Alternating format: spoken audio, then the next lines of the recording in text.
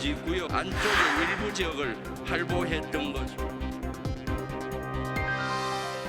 군 당국 내에서도 확인하지 못했던 것이고 한데 군 내에서 비밀 정보를 입수한 것인지 아니면 다른 쪽으로부터 입수한 것인지도 이게 명백히 밝혀야 합니다. 30분 연구에서 어떻게 알 수 있는지도 그 재주를 좀 국민들에게 알려주면 좋겠습니다. 북한으로부터 자료를 제공받았다고요? 간첩이라고요? 어떻게 대통령실과 국민의당은 이렇게 음모를 하고 있습니까? 여기에 대해서 명명백백히 책임을 지십시오.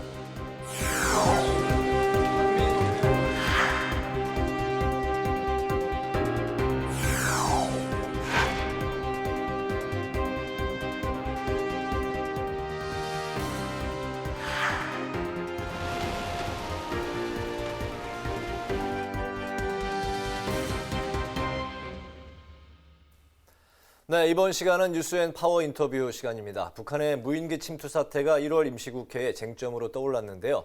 안보 위기를 빚은 원인은 무엇이고 또 북의 도발에 대해서 대응을 해야 되는지 사성 장군이자 한미연합사 부사령관을 역임한 김병주 더불어민주당 의원에게 여쭤보겠습니다. 의원님 반갑습니다. 네, 안녕하세요. 안녕하십니까? 김병주입니다. 네, 반갑습니다.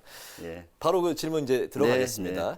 최근에 이제 우리 군 당국이 북한 무인기가 용산 대통령실 비행 금지 구역을 침범한 사실을 이제 뒤늦게 인정을 했습니다. 네. 이 가능성을 이제 최초로 제기했던 분이 바로 이제 의원님이셨는데, 네. 뒤늦게 이제 인정을 하기 전에 북한과 그 내통서를 네, 그렇죠. 정부 여당에 네. 또 제기를 했었습니다. 그 무인기의 용산 침투 사실 의원님 그 주장처럼 30분 동안만 네. 그 정도만 이 항적 지도를 그리면 누구나 다 쉽게 알 수 있는 건가요? 어떻습니까? 네, 그렇죠. 왜냐하면은 국방위가 열렸을 때 네. 북한 무인기가 침투한 궤적을 보고를 했어요. 어떻게 쭉 왔다는 것을 서울 지도 위에다가. 근데 그 지도가 좀 적은 지도였어요.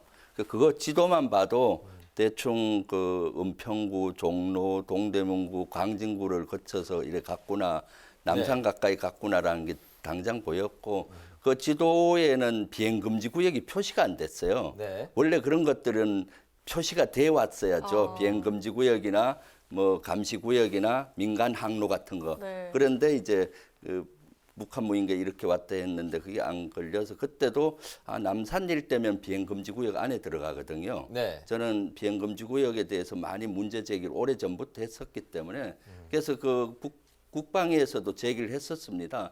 비행 금지 구역에 들어간 것 같다. 네. 어떤 했더니 장관은 아니다라고 단정을 지었죠. 이상하다 해서 국방위가 끝나고 와서 사무실에 와서 보좌진하고 그려봤죠. 그 밑에다 비행 금지 구역 반경 3.7km 원을 컴퓨터에 그래서 했더니 좀 물려서 들어가더라고요. 뭐 그 네. 점을 연결을 했더니 뭐 그렇게 나왔다고 예, 예, 말씀하셨었죠. 예. 그래서 그다음 그래서 본격적으로 네. 방송에도 사실 단정한 것은 아니고 저 그려 보니까 비행 금지 구역을 침입한 것 같다. 네, 네. 그러니까 그때 전비태세 검열단에서 확인을 한다고 했습니다. 네. 전비태세 검열단에서 제대로 확인을 해서 대비책을 강구해라는 식으로 얘기를 했었는데 네. 마치 찔렸던 것 같아요. 그 아픈 부분이라서. 네, 네. 그랬더니 합참에서 극구 아니다라고 하면서 극기하는 이적행위다라고 해서 제가 의아했어요. 네. 아니 국회의원의 합리적인 의심과 합리적인 가정을 제기하는데 네. 통상 국방부는 모든 가능성을 열어놓고 해야 되는 겁니다. 그 가능성의 하나를 얘기해 줬는데 그렇게 극구 부정을 해서 국방부가 대통령실의 눈치를 보는가 아니면 대통령실에서 좀 간접적인 압력을 넣는 거 아닌가 하고 네. 이적 행위라고 얘기해도 저는 감수하고 그냥 대응을 안 했어요. 네네. 네. 알겠습니다. 그 대통령실 비행 금지 구역을 이제 침범을 한 건데 어떻게 이제 이런 일이 있을 수가 있는 건지 대통령실 주변에 탐지 그리고 이제 방어 시스템이 다 갖춰져 있는 거 아닙니까? 네, 그렇죠. 네. 무인기에 대한 소형 무인기에 대한 탐지 추격 시스템은 사실 군 자체는 좀 미흡한 건 사실이에요. 그런데 대통령실 주변에는 네. 아주 촘촘히 잘 돼 있습니다. 왜냐하면 2014년도에 그 무인기 사건이 적이 있어요. 파주에 무인기가 떨어졌는데 보니까 네. 청와대를 찍고 간 겁니다. 그랬었죠. 네. 그때부터 문제의식을 느껴서 우리 한국 기술로는 그걸 못 만들어서 이스라엘로부터 레이더를 들어오고 전파 차단기를 들어왔어요. 네. 문재인 정부 들어와서 부족해서 10세트 가까이 더 수입을 해서 촘촘히 배치를 했기 때문에 현재 대통령실 주변에는 소형 무인기를 탐지할 수 있는 탐지 레이더와 네.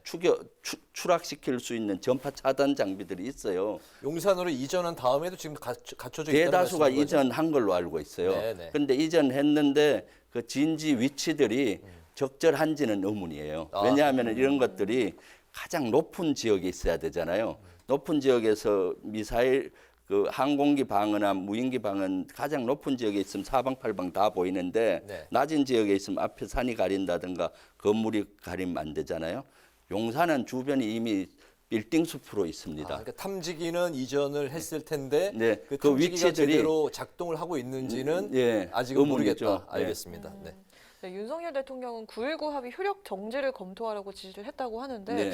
되게 강력한 대응 같거든요. 이 네. 강경 대응 어떻게 보시는지 궁금해요. 그것은 아주 부적절한 그겁니다. 9.19 군사 합의는 우리 한국과 북한과의 우발적인 군사 충돌을 방지하기 위해서 만들었고요. 그래서 육상, 해상, 공중에 완충 지역을 둔 겁니다. 네. 그래서 그것은 우리의 안전판이라고 할 수가 있죠.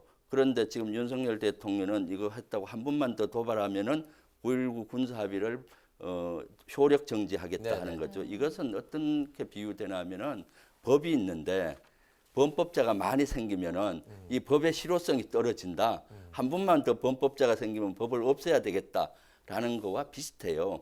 예, 그래서 9.19 군사 합의는 사실은 체결된 이후에 한 3년은 평화가 일상화가 됐고 이것은 대단한 안전판입니다. 북한은 지금 사실 해상 공중에서 9.19 군사 합의를 위반한 건 사실이에요. 그렇지만은 끊임없이 지키라고 요구할 수 있는 것이 있는데 효력 정지를 시키면은 그런 안전판이 없어지잖아요. 아, 그렇군요. 그리고 안전- 점점 강대강으로 가고요. 예. 네, 강대강으로 가는 상황은 이렇게 원하지는 않을 겁니다. 우리 이제 네. 국민들이. 그럼- 하지만 9.19 합의 체결 이후에 북한이 그 위반 사례가 네.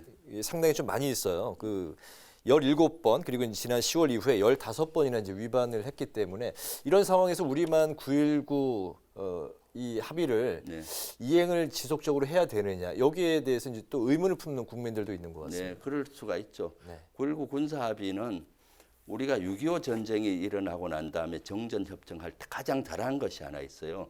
군사 분계선 좌우측 2km, 2km의 비무장지대를 줬습니다. 네. 그래서 우발적 4km 내에는 비무장지대가 있으니까 우발적인 충돌이 안 일어났거든요. 그때 공중과 해상에는 이런 비무장지대를 못 둔 겁니다. 네. 그래서 NLL 서해안 NLL에서는 어땠습니까? 충돌이 수시로 일어났잖아요. 네. 그래서 그런 문제점을 인식하고 공중과 해상에 완충 지역을 준 겁니다. 그래서 확실히 9.19 군사합의 이후에는 그런 충돌이 많이 없어진 거예요. 근데 지금 강대강으로 가다 보니까 또 북한이 이걸 위반하다 보니까 점점 많아지고 있잖아요. 네. 그건 현실적으로 맞는 건데 그렇다고 이것을 효력 정지하면은 더 강대강으로 가고 한반도의 긴장이 더 고조되잖아요. 그럼 바로 우리는 안보가 무너질 기미만 보이면 경제가 바로 무너집니다. 왜냐? 투자자들이 떠날 거 아니에요. 그렇기 때문에 이것은 안전판이기 때문에 지금은 북한이 지키지 않고 있는데 계속 지키도록 요구하고 해야 되는 거죠. 알겠습니다. 네, 그 북한의 무인기 도발 이후에 군사적인 후속 대책들에 대해서 살펴보면요. 네. 합동 드론 부대 창설, 그리고 스텔스 무인기 생산, 그리고 그 지난주에 소형 무인기 대응 합동 방공 훈련까지 실시가 됐는데, 자, 이 후속 대책들에 대해서 어떤 점들을 짚어보면 좋을까요? 지금 윤석열 정부에서 하고 있는 후속 대책이 아주 걱정이 많아요. 지금 우리가 문제가 되는 것은 무인기에 대한 방패와 창이 있다면은 방패가 안 된 겁니다. 그러니까 무인기가 공격했을 때 방어 시스템이 안 된 거잖아요. 네. 우리 무인기가 부족해서가 아닙니다. 방어 시스템은 뭡니까? 레이더로 무인기를 보는 거하고 지상에서 대공하기, 전파를 차단하든가 대공하기로 하는 것이 그겁니다. 그래서 급선무는 방패를 강화하는 거예요. 레이더를 보강하고 대공하기라든가 전파 차단기를 많이 하는 거죠. 드론은 북한 지역을 우리가 들어가서 정찰을 한다든가 공격하는 무기입니다. 네. 지금 창이 부족해서 이게 당한 것이 아닙니다. 창은 우리가 북한보다 월등히 앞서요. 드론은 이미 우리가 20년 전부터 드론 부대를 만들었고 네. 지금은 수백 개 부대가 있어요. 그런데 드론 부대를 뭐 합참에 창설한다. 이거는 지금 해결책이 아닙니다. 그리고 스텔스 무인기를 만들겠다. 이건 진짜 말이 안 되는 거예요. 왜냐? 3m 이하는 북한은 잡을 수가 없어요. 북한 레이더는 우리보다 더 부족하고 네. 능력이 안 되기 때문에 3m 크기나 이하는 못 잡을 거예요. 이미 3m 정도의 무인기는 다 스텔스 무인기인데 북한이 못 보니까 네네. 무슨 스텔스 무인기를 잡는다 합니까? 지금 전투기도 스텔스가 되는 것은 F-35밖에 없잖아요. 아주 고가입니다. 지금은 창을 발전시키는 것도 필요하지만 그것보다 더 급선무는 방패를 튼튼히 하는 겁니다. 레이더와 대공 시스템을 강화하는 거죠. 알겠습니다.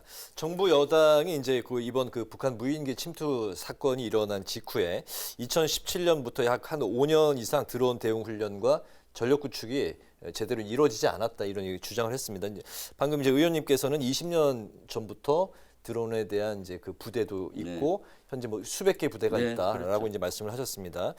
현재 또 나오는 이야기는 9.19 군사 합의 때문에 이게 좀 비행 금지 구역이 설정이 되면서 훈련이 좀 느슨하게 되고 했기 때문에 지금 이런 또 사건이 발생한 거 아니냐 네. 이런 이야기도 있습니다. 어떻습니까? 그것은 실제 군대 시스템이나 네. 훈련 시스템을 전혀 모르고 하는 얘기입니다. 아, 그렇습니까? 예를 들어 제가 포병 출신인데 네. 포병은 적 포병 진지를 포탄을 쏘면은 포탄을 잡아서 포병 진지에 사격하는 대하력전 연습을 맨날 해요. 네. 그럼 적기 포병을 사격 안 하는데 어떻게 하느냐? 우리가 훈련장에 포를 쏘고 그걸 탐지해서 하는 연습을 합니다. 무인기는 우리 무인기 연습기를 띄워서 레이더 관찰하고 요격하는 연습을 하는 겁니다.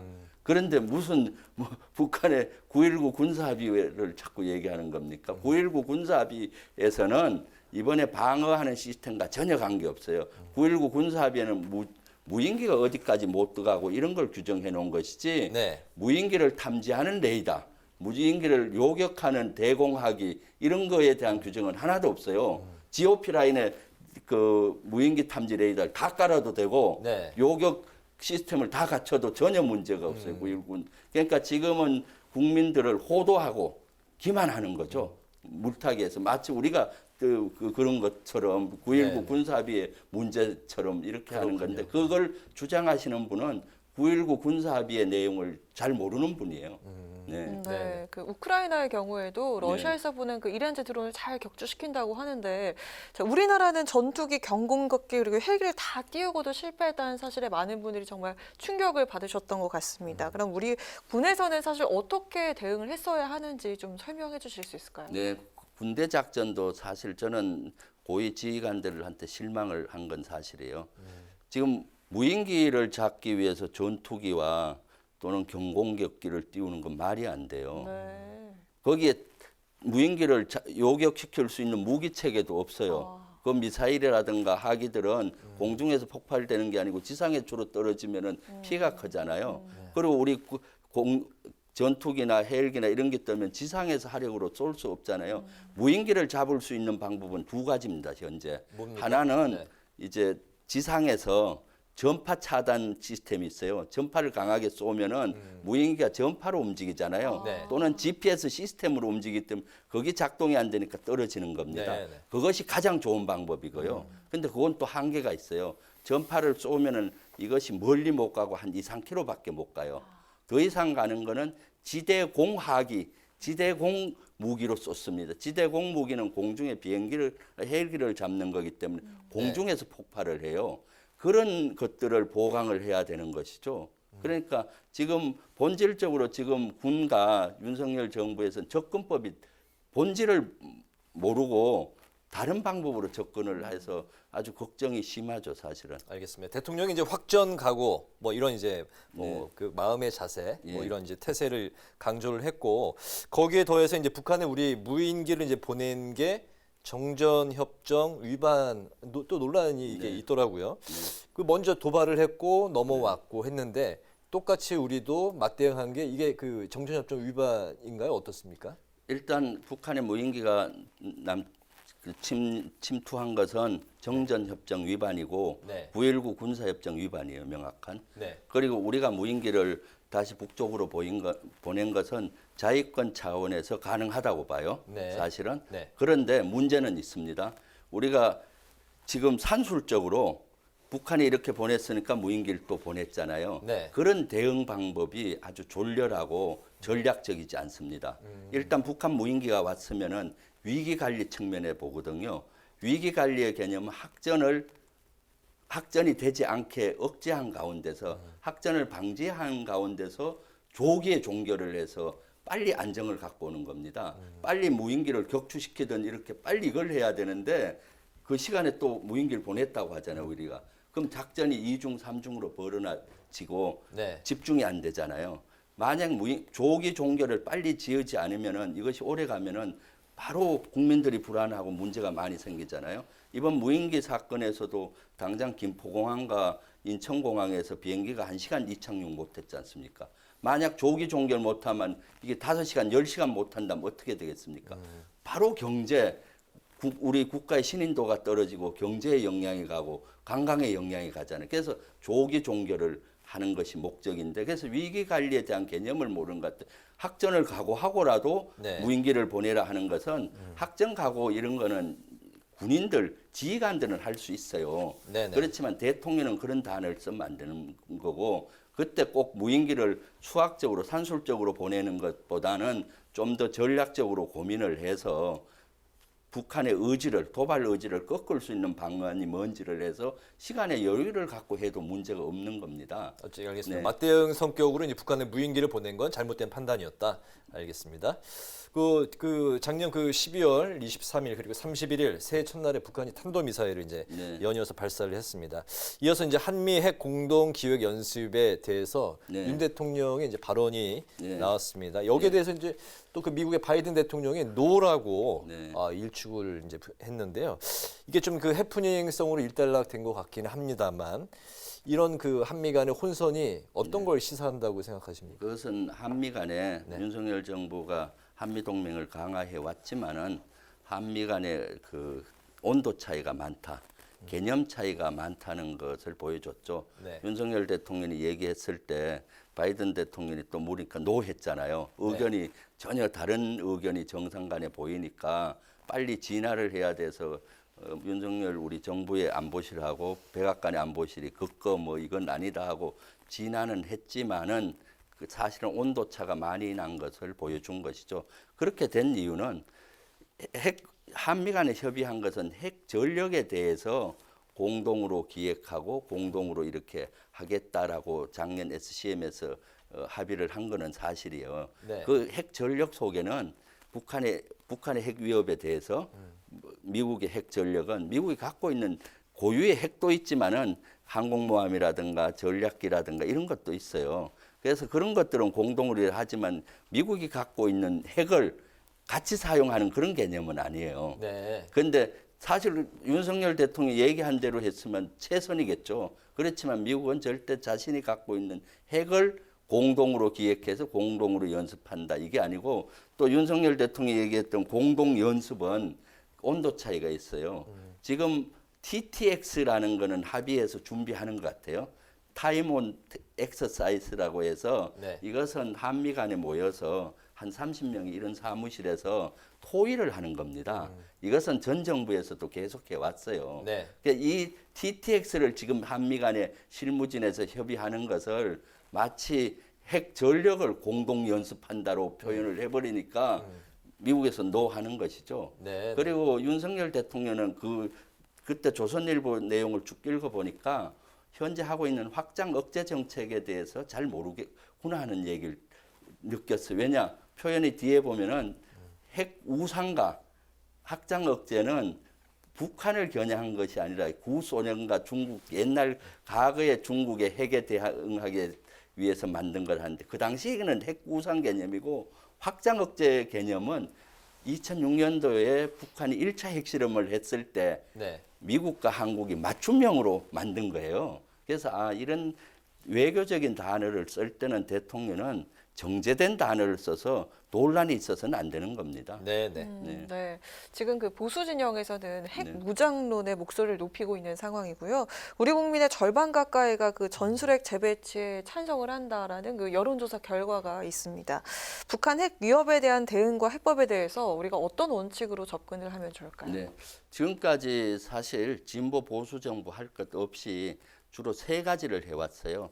하나는 비핵화입니다. 북한의 핵을 없애는 게 제일 급선무겠죠. 네. 비핵화고 군사적으로는 두 가지예요. 하나는 우리의 삼축 개념, 우리의 삼축 능력을 향상시키는 거죠.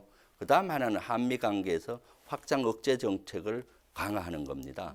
그런데 군사적인 면은 보수 진보 할 것 없이 노력해 왔어요. 문재인 정부에서도 우리 삼축 개념 향상시키기 위해서 노력했고 네. 확장 억제를 위해서 노력하고 지금 현재 윤석열 정부는 또 이 두 가지 노력해요. 그런데 가장 중요한 비핵화 분야는 진보 정부에서는 많이 노력을 하는데 현 정부에서는 안 하는 게 문제죠. 그래서 크게 따지면은 우리의 군사력을 높이는 대신에 적의 위협을 낮추면은 상대적으로 안전하잖아요. 근데 진보 보수할 것 없이 우리의 힘을 키우고 한미의 힘을 같이 하는 거는 같이 해요. 네. 정도의 차이는 있긴 하지만. 근데 북한의 위협을 낮추는 노력은 진보 정부에서는 끊임없이 하는데 네. 지금 윤석열 정부는 같이 올리고 있어요. 그러니까 지금 한반도 지역의 전쟁의 먹구름이 막 몰려오는 것 같아요. 이러다가는 어떻게 됩니까? 코리아 리스크가 점점 커지고 그럼 경제에 바로 문제가 생겨요. 그래서 안보 위기, 경제 위기가 같이 연결이 되는 이런 구조이기 때문에 남북 간의 문제는 살얼음판 가듯이 네. 지혜를 모으고 조심조심 가야 되는 겁니다. 네, 네. 말하기 쉽게 아주 강하게 얘기하면 뭐 시원하지 않습니까? 그렇게 가면은 한반도가 위기로 치달립니다. 알겠습니다. 네. 오늘 그 뉴스는 파워 인터뷰 이제 마칠 시간이 됐습니다. 오늘은 북한 무인기 침투 사태 쟁점들 그리고 북 도발에 현명하게 대응하는 방안에 대해서 더불어민주당의 김병주 의원과 관련 이야기를 나눠봤습니다. 오늘 말씀 잘 들었습니다. 감사합니다. 네, 감사합니다. 잘 들었습니다.